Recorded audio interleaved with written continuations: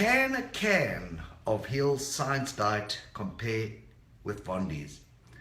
I'm actually very honored that I see that the commercial pet food industry is heeding our advice that nothing beats whole real foods.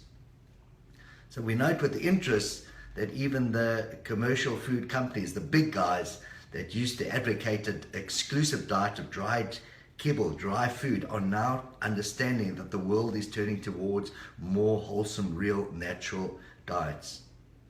But do not be fooled, guys. Do not be fooled. There's a big difference between food that is presented to you in its wholesome, real food, real state, free of preservative, compared to food that is put in a can. One, if you scrutinize the ingredients, you will note that there are inclusions of byproducts, digestive, and meals. There's inclusion of colorants and emulsifiers. There's inclusion of synthetic vitamins. But the biggest concern always, and this is where people fall short, is that once you process your food, you expose it to temperature, you denature the great enzymes that we find in our vitamins and our proteins.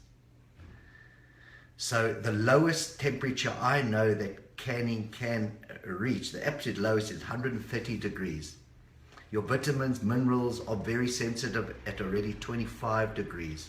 So heat is probably one of the worst elements that affects our skin, affects health, affects the nutritional values.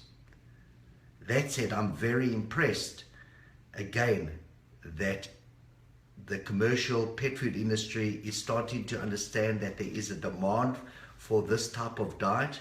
There's a demand for natural food in its wholesome state, and perhaps soon we will see on the shelves an empty shelf free of dried kibble preserved diets, and a leaning towards more natural, wholesome diets.